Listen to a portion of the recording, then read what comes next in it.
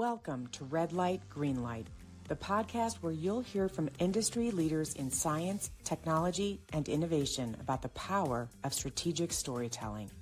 With decades of experience, our guests will share their own insights and real-world stories to help you avoid red light barriers and ignite green light solutions, from the Zoom room to the boardroom. In each episode, we'll corkscrew downward into the guests' personal experiences of challenge and success, highlighting strategies that turn complex ideas into clear, compelling storylines for stakeholders. Here is where expert minds share stories that shape the future. What's more, you'll walk away with tips to try immediately to drive the vision of innovation with your team. Here is where expert minds share stories that shape the future. What's more, you'll walk away with tips to try immediately that drive the vision of innovation with your team.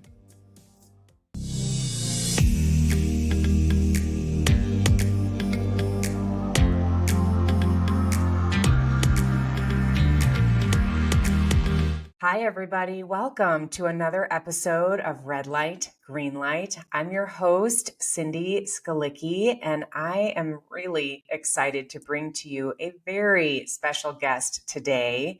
We have a gold medalist in our midst, my friends. Can you believe that? That's right. We have Joe Jacobi with us today. Joe is the gold medalist in, hang on, I have to check my notes, whitewater tandem canoeing in the 1992 Olympics, which was hosted in Barcelona. Did I get it sort of right, Joe? You did great, Cindy. You did just you said it like maybe you've spent time on a river before. Oh, a little bit. I have. I love whitewater rafting and just any kind of boating. I mean, I'm certainly not, I don't like have a boat or live on the water, but whenever I am near water or we do a rafting trip, it's some of my favorite memories from growing up and with our own kids as well. But Joe, this is a pleasure. I'm so excited to have you join me today and to hear more about your story on the way toward the gold medal, obviously winning the gold medal, losing the gold medal, having the gold medal found also by a young lady in a local school. That's a whole story. But also because of how you tie this to leadership, Joe. So, we've got so many listeners who are in the middle of rough waters, if you will, and we'll just go to town on all the analogies today, right? Yes, we will. And as my listeners know, and especially as my clients know, I have a specific whitewater rafting storyline that I have brought to many of our VIP intensives and master classes whenever I go on site. And I tell a story about several trips down the river, and then I kind of land the plane, if you will, with the storyline from Boys in the Boat and this concept of swing, which is like the perfect harmony when everyone in the boat is doing everything exactly right. So can you just introduce yourself for us, Joe, and tell us a little bit about you and how you got into this sport, which is pretty niche to begin with? Well, thank you, Cindy. I think, you and I quickly bonded over, I think, ways of talking about a medium, the river, Yes. that is accessible to a lot of people, but the number of people who actually take advantage of actually getting out onto a river is much, much less. I think most people's experiences is from the riverbank and watching. And I think if you're a leader, I think it's really important to see yourself as being in the river, in the waters, and like you said, navigating difficult waters. And I think once you see yourself in that role, then the conversation and the language that we're going to use is going to make not only make a lot of sense, but it's going to be immensely helpful to people today. So with that, you mentioned that I won America's first ever Olympic gold medal in the sport of whitewater canoe slalom with my doubles canoe partner, Scott Strasball, meaning I was not in an individual boat. This was a team boat where two people are paddling together and navigating these uncertain, uncontrollable forces of energy that are much bigger and stronger than us. Yep. And Yeah, it was. And first of all, the most important thing is I loved it from the time I started it. And as you can see from the paddles behind me and Yes. even the photos behind me, I'm still active. I still love the sport. I Yes. think a lot of Olympic athletes, when they are done with their sport, like they are done with their Well, yes, sport. when they're doing like, yeah, swimming or gymnastics, your body has taken such a beating. But, I hadn't thought about that. You're exactly right. You can continue to do I this a long time. and the nature of the training, I don't know that it's conducive to a lot of athletes saying, "Oh, I want to keep doing this." It sort of feels more like a job. It feels like military training Right. sometimes. Whereas some Olympic sports, you can look at skiing or mountain Hmm. biking or whitewater canoeing. These are sports you can do for life, and you That's can true. keep doing it. So I feel really really fortunate to get to be doing the sport.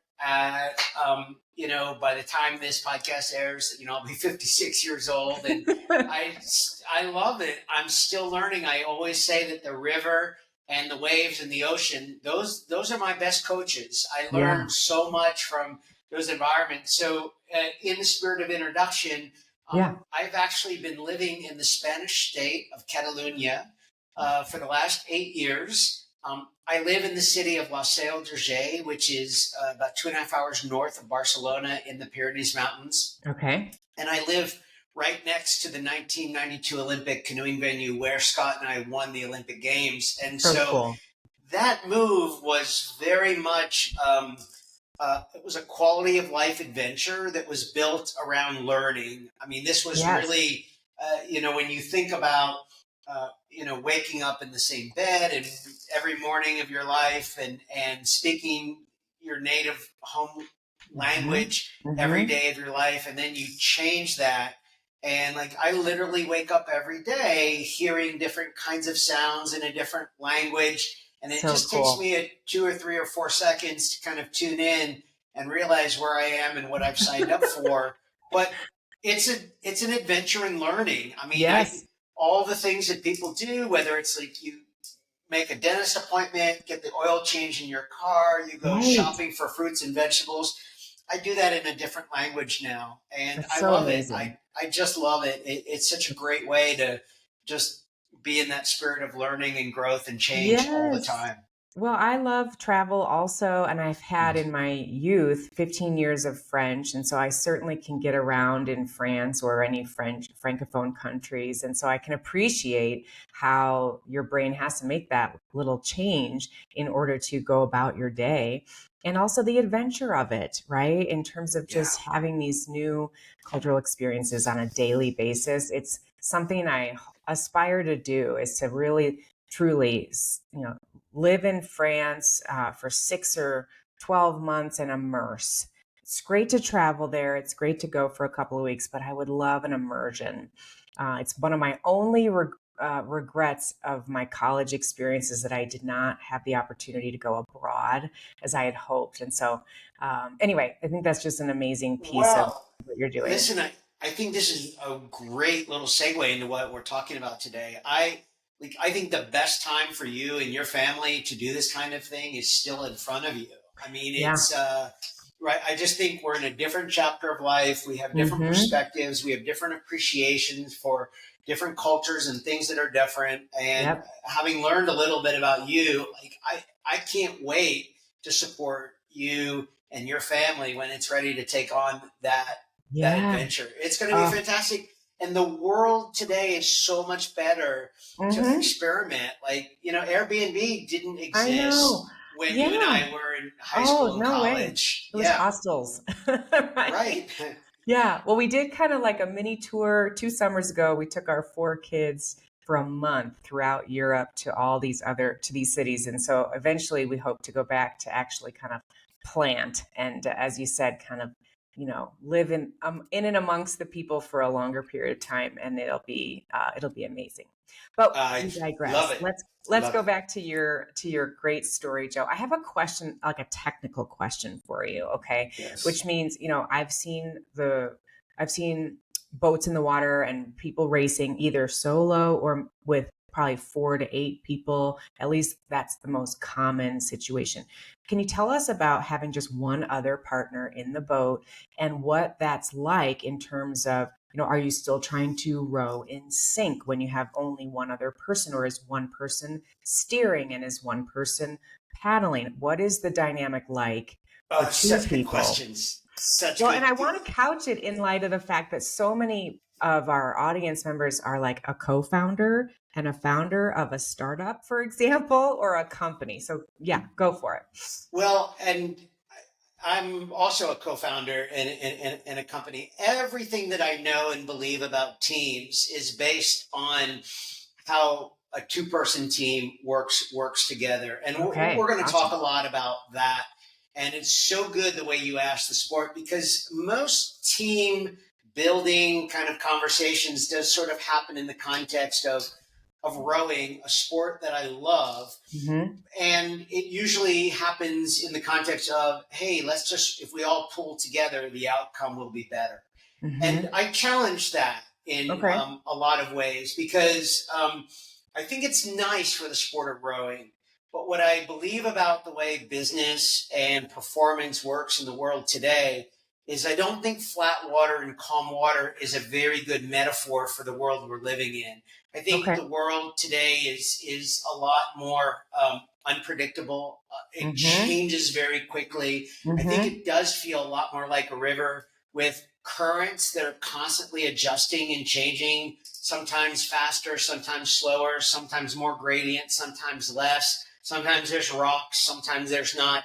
So you're always adapting. So when you're working together as a team in that environment, in these conditions of uncertainty, and you're not hoping for the rivers to calm down or just smooth out. What you're doing is just to be prepared as best you can be to adapt together and have a system for doing that. So your question about the two-person team and the roles of two people, a lot of people do presume in the doubles canoe that one person is the power and the other person kind of steers.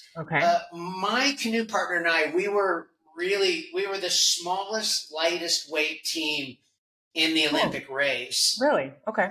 Yeah, our combined weight was under 300 pounds, and almost every team that we were racing against was 350 pounds or higher, and so they were quite a bit stronger than us. But I think one of the things that my canoe partner and I figured out, being smaller, was we were never trying to beat the river or fight the river. It was much more of a dance with the river. We understood we were working with a force of energy much bigger than us, which in business and leadership, that same bigger, stronger force of energy is still around you. This idea that you can control everything, it doesn't work. You can only control your response to the change. Exactly. And so my partner, Scott and I, we really had a good system, whether the boat needed to go straight and fast in a straight line, we did that together. If the boat needed a quick turn to the left or a quick turn to the right, we did that together. If the boat needed to correct a mistake, we did that together. And so I'm guessing you've had to communicate a lot in the boat by talking and communicating almost constantly. The funny thing about it happens in different levels. So I still paddle a racing canoe today with my girlfriend, Maria. And we tend to talk a little bit when we paddle, but it's minimal. At that Olympic level, when you're winning, the athletes are not talking to each other. You're kidding. But that is because we do a ton of talking before we start the race. And there's a nonverbal communication that's happening all the time. So my partner, Scott, paddled in the front of the boat, and I paddled the back of the boat. And to your question about roles and responsibilities, because Scott was in the front of the boat, when we were paddling, he was like the eyes. He could see the river much better than me. So he was reading the river, reading those subtle changes in currents and speed and rocks. And so he was adapting that with his body. And then my job in the back of the boat wasn't to read the river, but was to read my partner, Scott. Okay. And so I could tell by if I saw one shoulder drop down and the other raise up, that would tell me something about the paddle stroke. If I saw both shoulders go down, that would tell me something. Okay. If, I could just read if he twisted his torso to the left or to the right, that was always communicating something to me about what he was trying to do. And then without talking, I could compliment him and what he was trying to do to keep the boat going where we wanted to go. And that's fantastic. Yeah. We had a lot of success with that. But it did come when you see us win the Olympics, when you see us paddling, no, we're not talking to each other.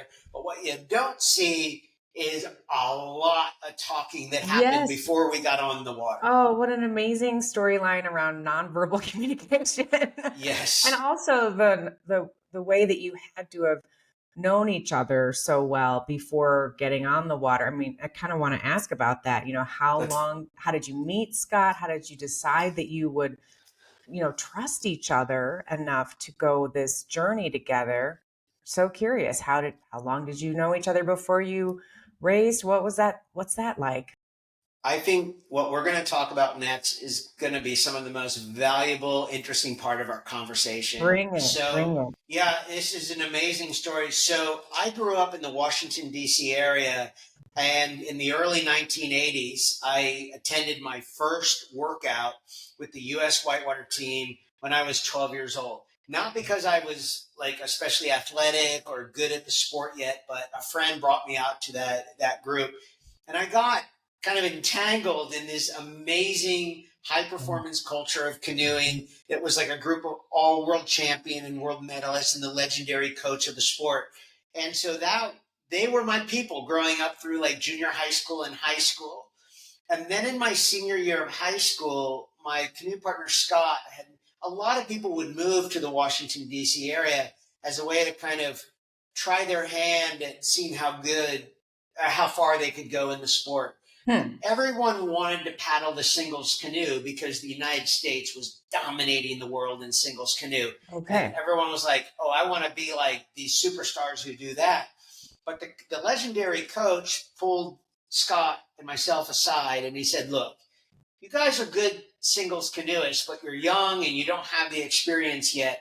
You could probably go to any other country in the world and make their national team, but you're not going to make our national team at this time. However, if you guys get in the doubles canoe right now, this was just 5 or 6 months before the World Championships in France. Okay. He goes, you guys will make the team. You'll get the experience of being a part of the U.S. team and competing in a World Championships, and you'll see what the whole experience is like. Yeah. And so we did that, and. Nice. From the get-go, I think what's important to say about my relationship with Scott is that I was a senior in high school when we started paddling together. I was 17 years old. Scott was 23. He had already graduated college. Oh, wow. And I want people to think about the amount of trust they would have. Think about how you were when you graduated university. You're really going to trust your sports career to a kid that's still in high school. Yes. So Scott had an amazing trust in me, and we were so different. Scott was super introverted. I was super extroverted. Scott was analytical. I was very go with the flow.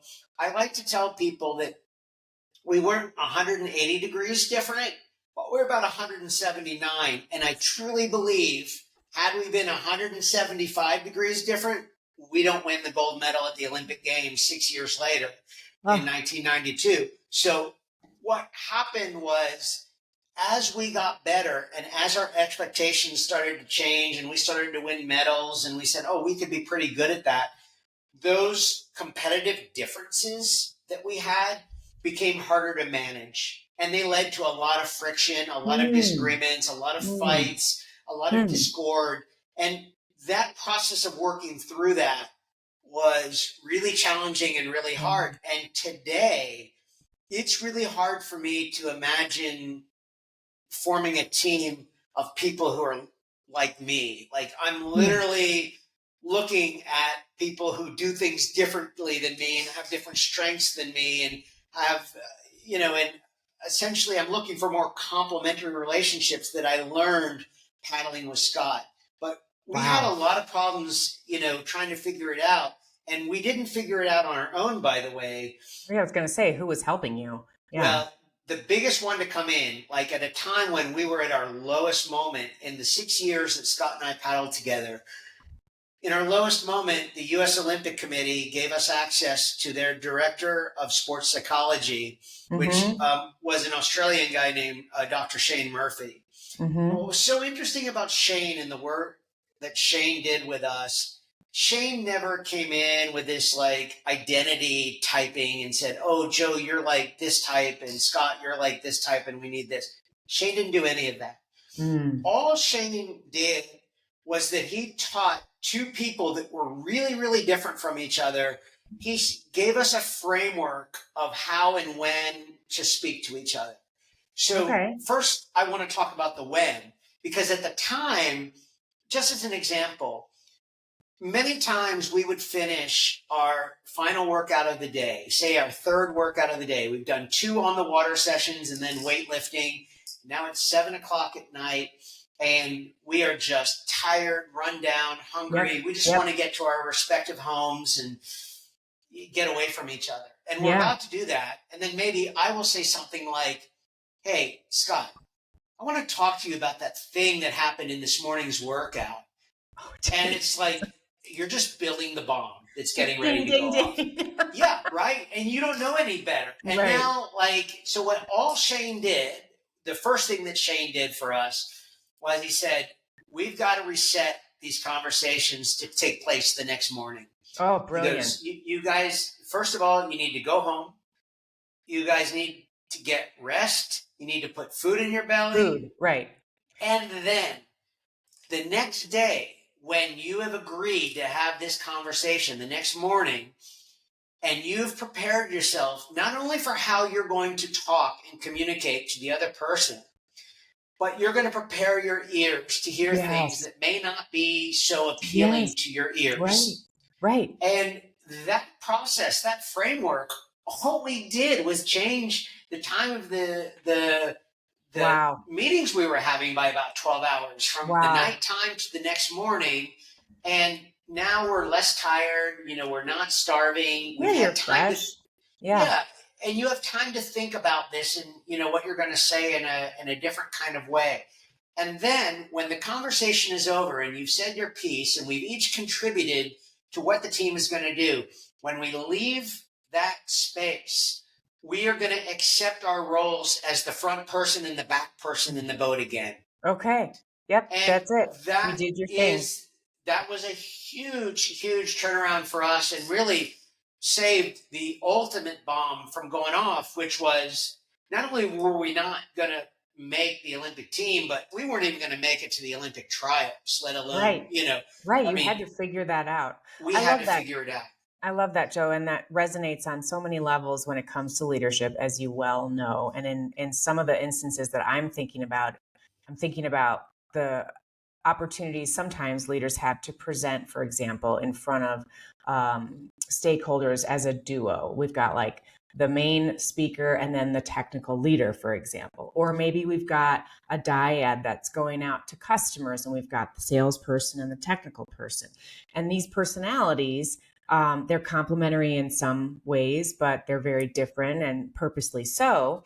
And there can be friction and frustration. In fact, we've run numerous, conflict mastery cohorts for teams who are struggling either with conflict amongst themselves or just conflict situations that come across the table at them from a customer or another stakeholder.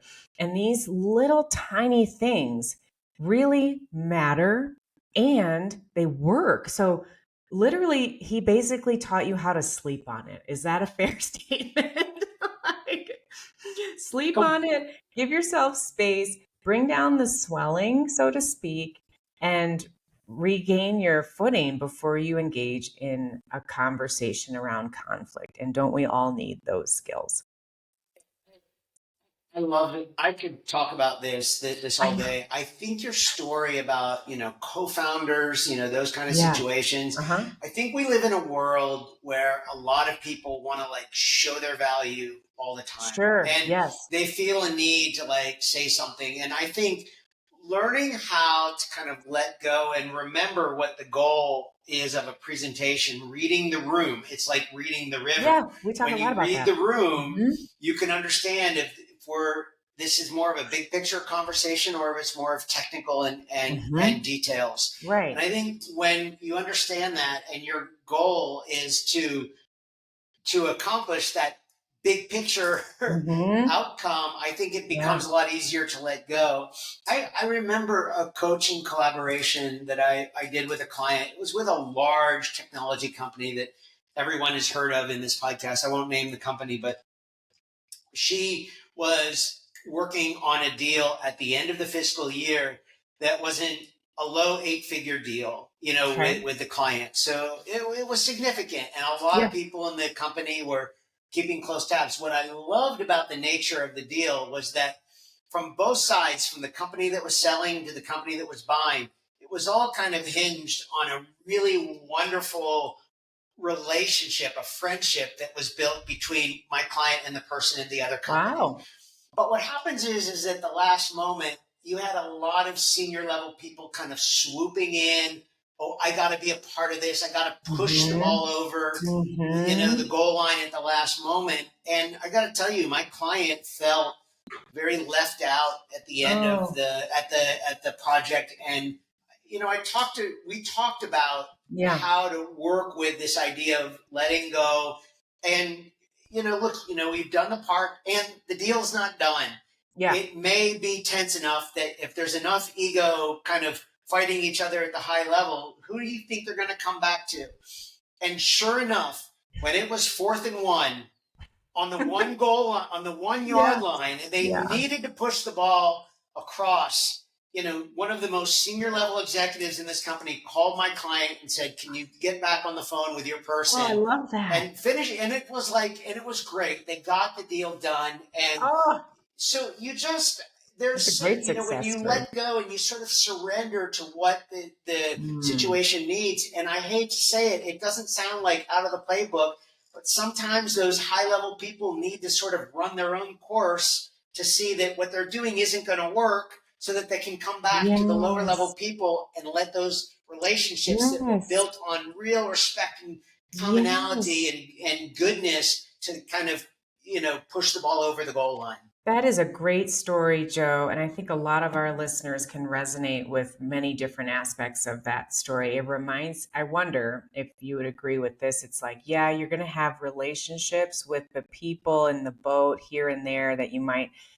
swap in and out. But ultimately, what will carry you is the relationship you have with the water, whether that's, your what's the long-term deep trust that you're building and with whom. And first of all, it should first be with each of us, with ourselves, right? And knowing our brilliance and knowing our value, and then trusting that the chips will fall where they may, and that we're there to pick them up when it's our turn, and we can do it with confidence and with clarity.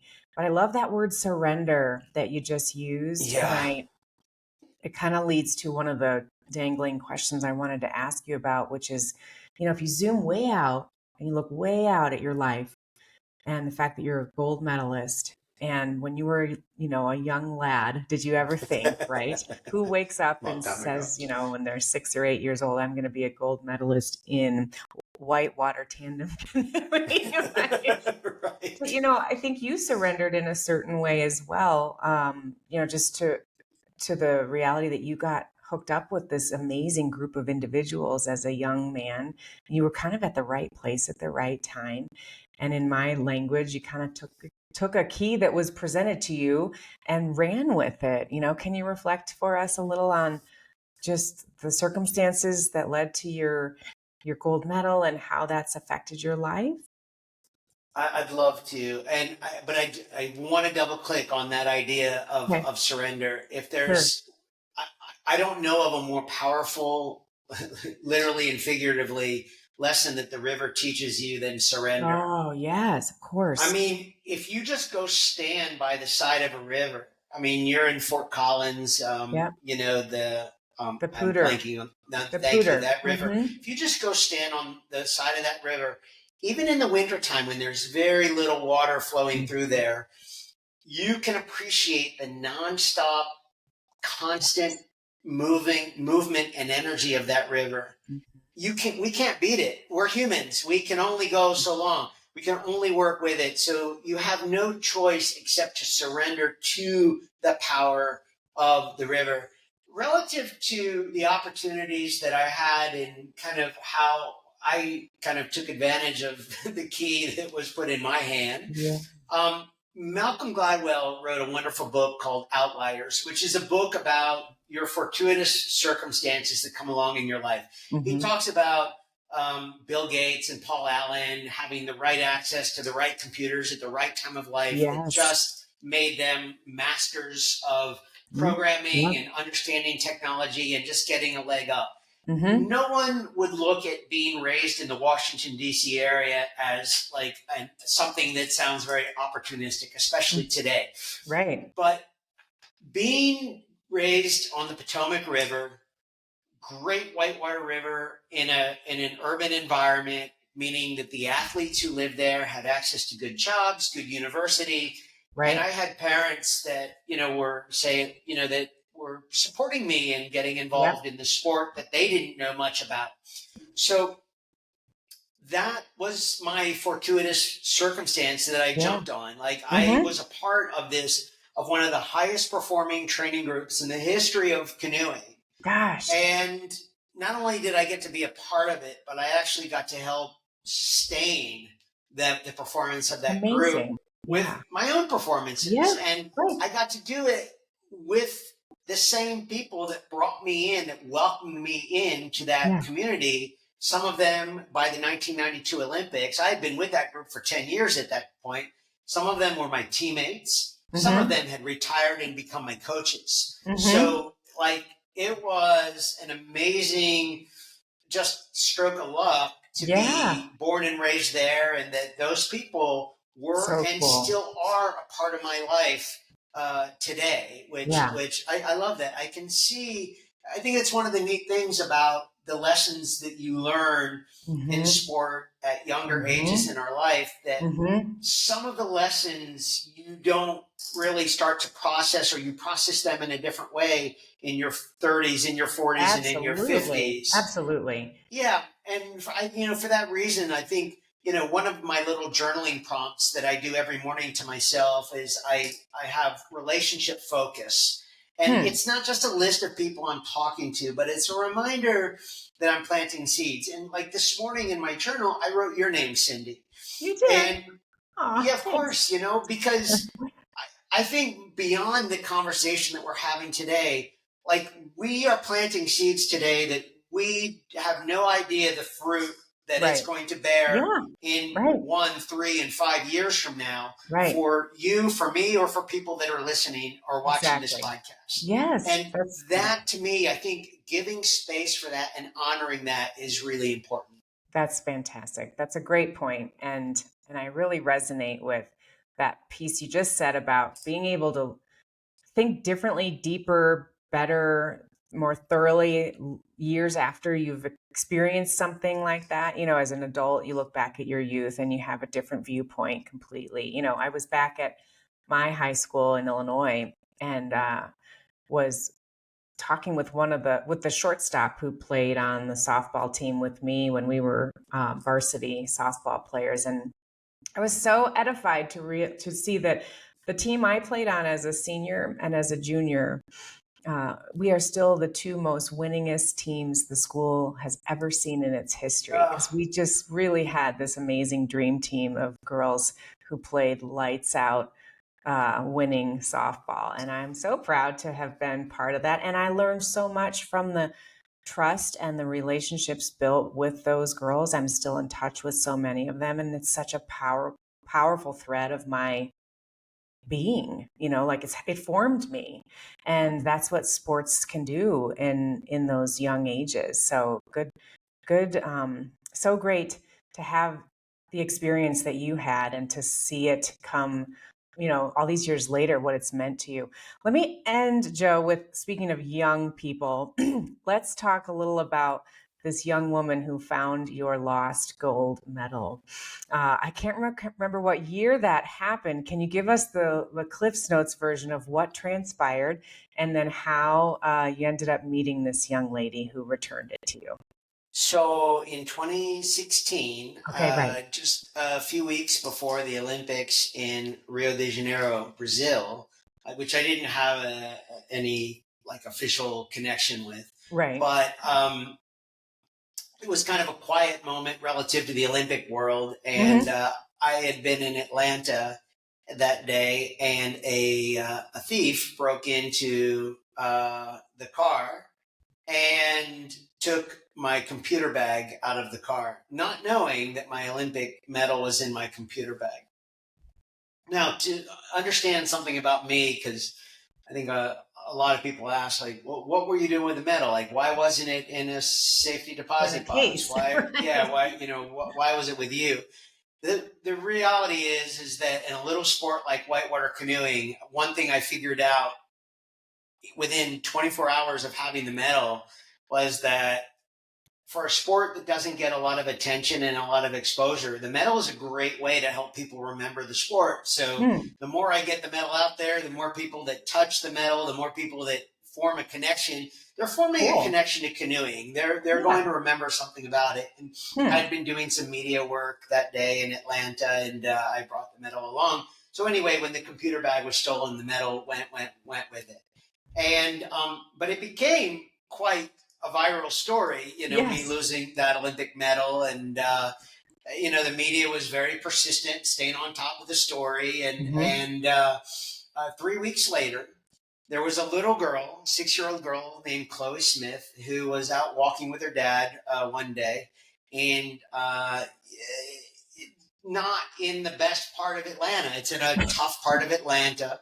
And she picked up something off the ground, and her father said, "Chloe, how many times do I have to tell you, don't pick up trash, But Daddy, I think it's something. Chloe, put it down."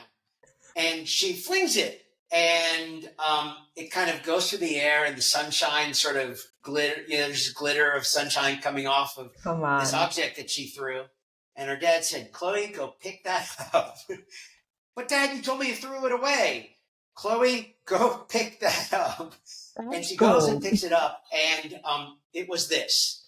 And this is the gold medal. This is what was left of the gold medal. You can see it. It looks like a thin piece of gold that you would wrap Christmas chocolate in, Christmas candy in. And the Chloe found it. Her father figured out what it is. Chloe's mom, Charlemagne, called me and said, "Mr. Jacobi, I think we have your medal." And I went down to Atlanta, and sure enough, they found it. Yes. A great friendship was formed.